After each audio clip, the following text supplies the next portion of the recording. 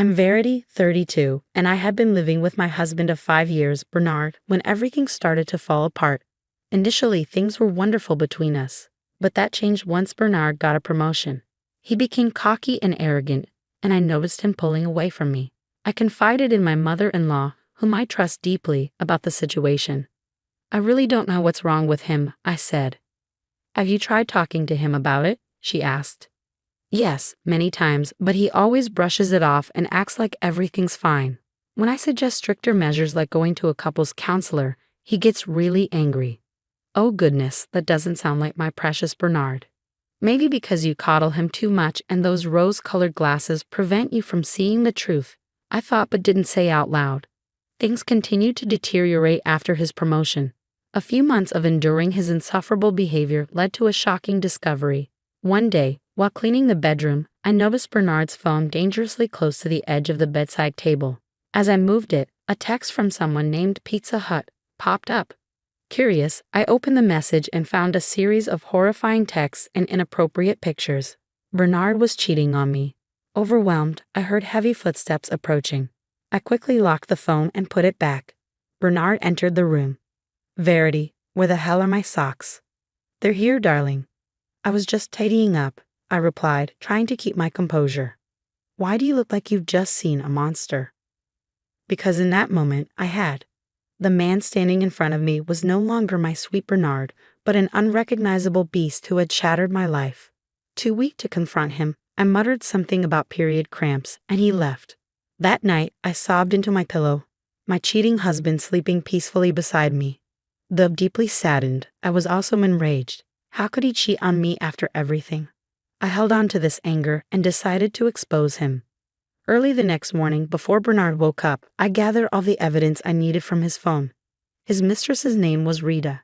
I sent everything to my phone, put his phone back, and waited for his mother, Deborah, to arrive. Deborah arrived shortly after Bernard left for work. When I showed her the evidence, she was as horrified and disgusted as I had been. After a moment of shock, she spoke up. We need to do something about this. He's absolutely lost it. I'm so hurt, Deborah. I know, my dear, but we'll get through this. I'll call him right now. Deborah called Bernard and put him on speaker. Bernard, this better be some sick prank because if any of this is true, I don't know how I will look you in the face again. Mom, slow down. What are you talking about? Who the hell is Rita? The silence that followed confirmed everything. He had been cheating on me for quite a while. You better get back home right this instant. We need to discuss this face to face. Deborah hung up, and for the next 30 minutes I was inconsolable. Bernard finally arrived home, bringing Rita with him. What is the meaning of this? Is this the wench? Don't call her that, Mom. I love her. What'd you just say? Yes, Verity, I'm sorry you had to find out this way, but now is as good a time as any. I am in love with Rita. She makes me happy. I've realized I am at a higher status than my past life. To put it lightly, you're like the older version of a gaming console, and Rita is like the 5 pounds. Bernard, what are you saying? Do you know what you've put Verity through? And you, how dare you get with a married man? Have you no shame? Well, Mom, I believe that we're soulmates, Rita declared. He's in love with me, and I'm in love with him. We're going to start a family together. Oh, so you think you're going to change this man? Newsflash, honey. A cheater will always be a cheater. Based on what he's just said, he will always be searching for something bigger, better, and newer. You're not special, sweetie. Take my advice and leave now before things get worse. You're young. You still have your life ahead of you. Don't tie yourself to a man like this. Enough. Bernard interrupted. I know you're hurt, Verity, but it's not my fault you let yourself go. You have to understand, as a man I have needs, and Rita fulfills them. I guess this all goes without saying, but I want a divorce. As if my heart couldn't shatter anymore, it miraculously did. I was too stunned to respond. I started to zone out of this dreadful situation, but I could hear barely audible shouting between Deborah and Bernard in the background. Amid the chaos, my phone buzzed with a text from my family lawyer. A great uncle of mine had recently passed away, and part of his will indicated that once the inheritance was properly divided among the appropriate individuals, the actual amount would be disclosed to the recipients. Uncle Henry had always been dramatic, even in death. The text read, Dear Verity, as always, I hope you're well. As you know, Your great Uncle Henry has left some inheritance money for you, but unfortunately, it's going to take a bit longer than expected to process the proper funds. Some of your family members are arguing about who gets to keep what. Please call for further clarification if needed. Take care. Knowing my crazy and toxic family, I highly doubted there'd be any money left for me. I was always last place, and the same rang true for my failed marriage. I zoned back in to hear more commotion. Verity, are you even listening? Deborah asked, exasperated. What is there to listen to? Bernard has shown us who he is, right? He doesn't want to be with me anymore, right? That's that. I can't fight for someone who won't fight for me, for us. But I will say this, Bernard, by the time your karma is finished with you, you will wish you'd never been born. I'm done here. With that, I gathered up whatever strength I had left, went to my room to pack some of my things, and walked out the front door. As I was leaving, Deborah called after me, assuring me that everything would be fixed. Bless her heart, she still believed that part of her sweet baby boy was still alive. But all I saw was a hollow shell of a man. For the next couple of weeks, I rented cheap motel rooms while Bernard began processing the divorce papers. He had friends who could help speed up the process. He acknowledged that this was hard for me and wanted to expedite things so that I didn't have to suffer any longer. Sounded to me like a guilty conscience. By this point, I was so drained I had cried all my tears. Approximately 6 months after the debacle, Bernard and I were officially divorced.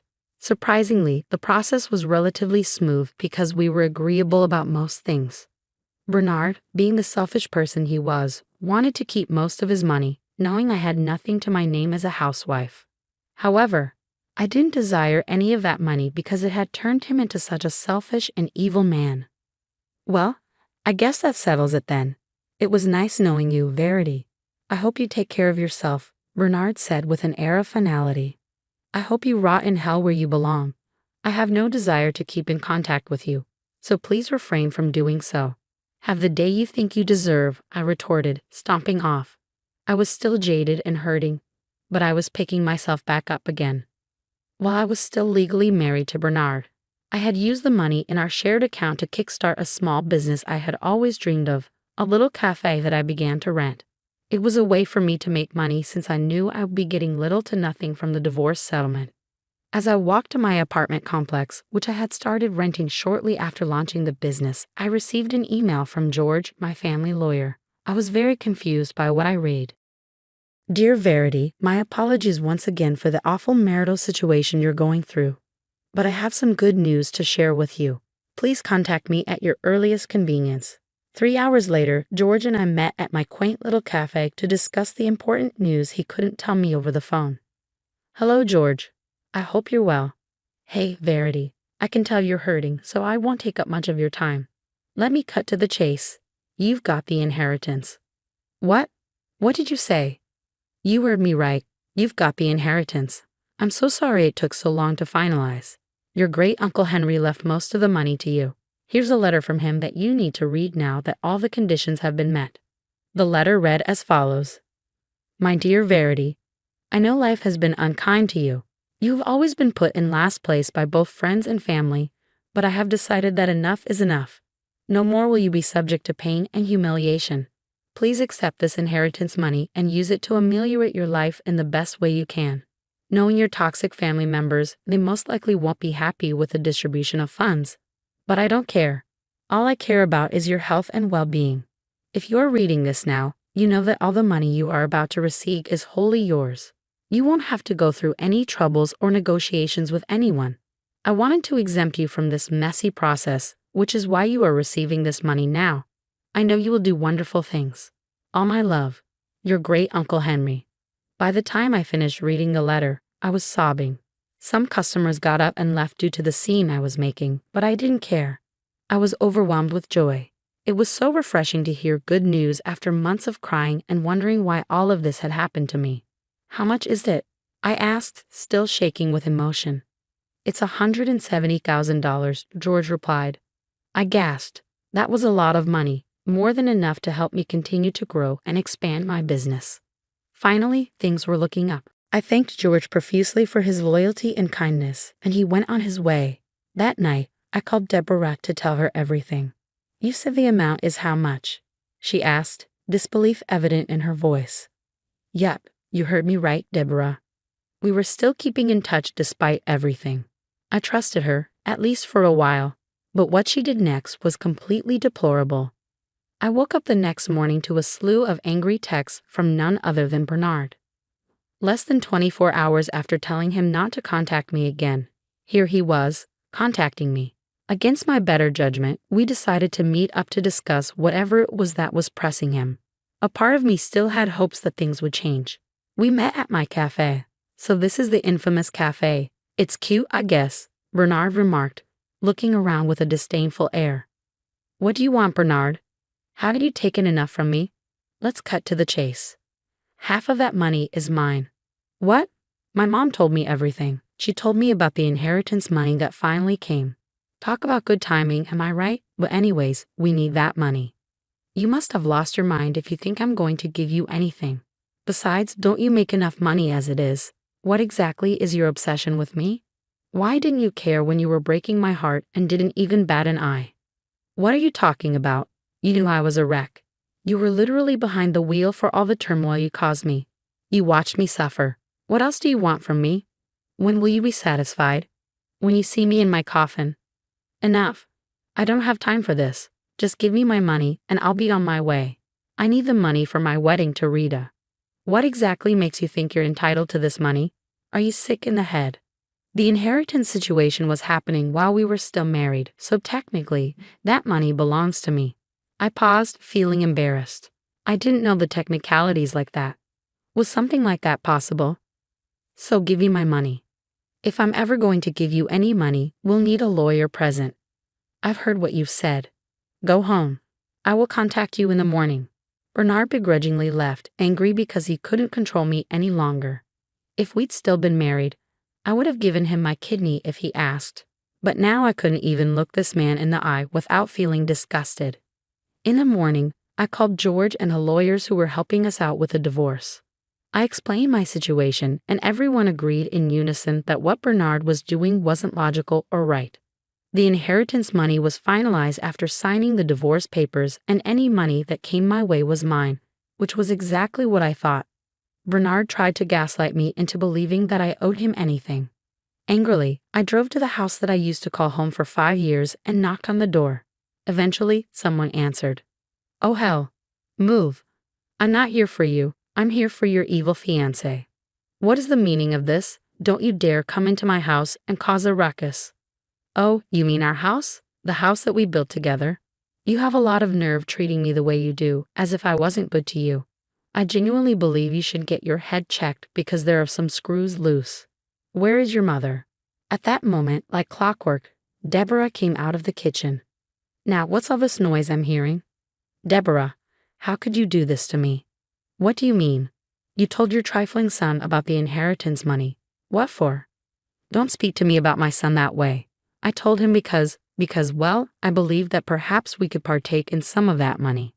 I should have known where Bernard got his cheating habit from. I guess the apple didn't fall far from the tree. All of you are sick. You're trying to siphon money from me. I'm struggling to keep afloat, and something good has happened to me for once in my life, and you people want to take that away from me. Well, too bad. I went on to explain to the bumbling fools that the money I got was completely mine, and that because the divorce papers were signed. There was no way for any of these people to get their grubby hands on my money. Of course, Bernard didn't like this news at all, and he proceeded to go on a little rampage, yelling and cursing and even breaking things. I saw his true colors because you won't believe what happened next. Bernard got into his car and drove off.